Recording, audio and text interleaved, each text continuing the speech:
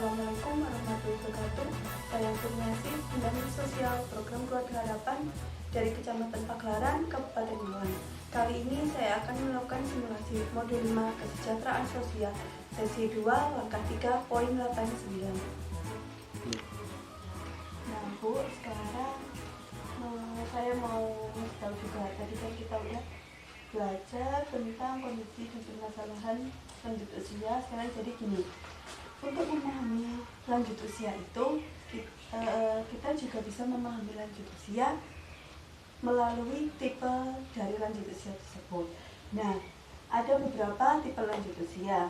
Yang pertama itu tipe lanjut usia arif bijaksana. Maksudnya itu gimana? Nah, tipe arif bijaksana ini lansia itu punya banyak pengalaman dan lansia tersebut bisa menyesuaikan dengan perubahan zaman. Nah, jadi sehingga sikap yang tercermin dari lansia tipe ini itu dia akan ramah dan di lingkungan masyarakat dia menjadi panutan. Yang kedua, tipe lanjut usia mandiri. Dari namanya saja sudah mandiri, jadi lansia ini sebenarnya nggak mau bergantung dengan orang lain meskipun kondisinya sudah menurun atau apa, dia selalu berusaha untuk tidak mendapatkan orang lain. Nah, terus kelebihannya lagi lansia tipe ini apa? Ketika dia menyadari kondisi tubuhnya menurun, terus aktivitasnya mulai banyak berkurang. Nah, itu lansia tipe ini tuh bisa langsung cari, oh ya udahlah, karena gak bisa kegiatan A, jadinya diganti dengan kegiatan B yang lebih ringan dan bisa dilakukannya. Nah, terus yang ketiga itu ada lansia tidak puas. Nah, dari namanya udah tidak puas ya. Jadi lansia ini itu, tipe ini itu yang rawan, yang biasanya itu sikapnya itu jadi pemarah, terus gak sabaran, terus mudah emosi, bahkan seringkali banyak menuntut. Jadi ketika kita menghadapi lansia yang dengan tipe ini, jadi kita harus banyak sabar. Balik lagi, ingat bahwa lansia itu adalah seperti anak kecil. Jadi lansia ini sifatnya balik lagi seperti anak kecil. Terus yang keempat itu ada lansia yang tipe pasrah.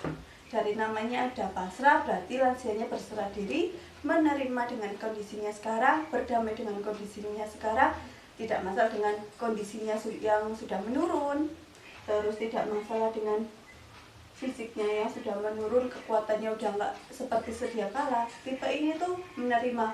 Jadi gini, oh ya wis, saiki jan umurku ya wis tuwek, jadi ya wajar lah aku gak iso ngini. Nah, kayak gitu tuh udah wajar.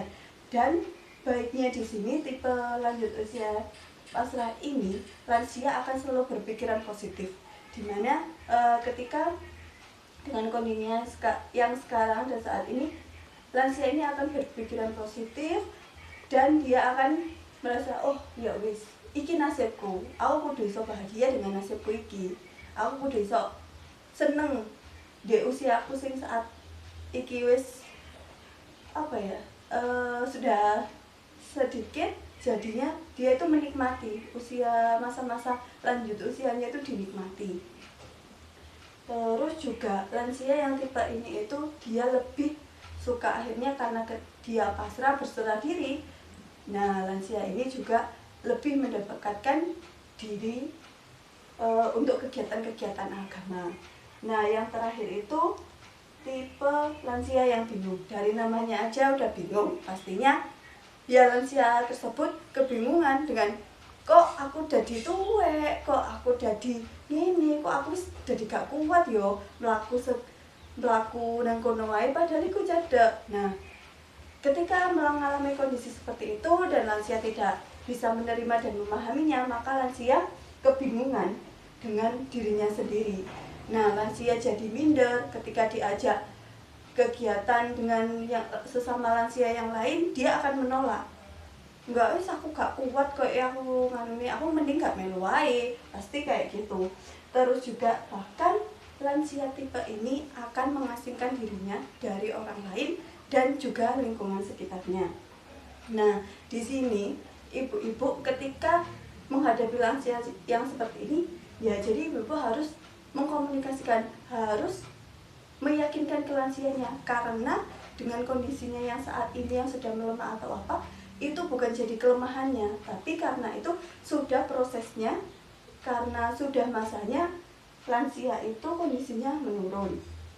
Nah, jadi Bu, lansia itu banyak mengalami permasalahan, baik dari segi psikososial, terus dari psikis dan juga rohaninya.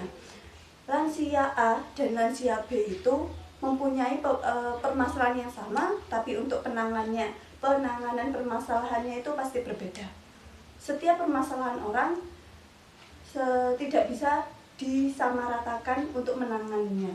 Kenapa demikian? Ya balik lagi, karena lansia itu punya tipenya masing-masing, punya karakteristik masing-masing. Jadi yang baik itu kita harus melihat terlebih dahulu lansia itu karakteristiknya seperti apa, barulah kita bisa menentukan cara mengatasi masalah yang dialami oleh lansia itu seperti apa gitu.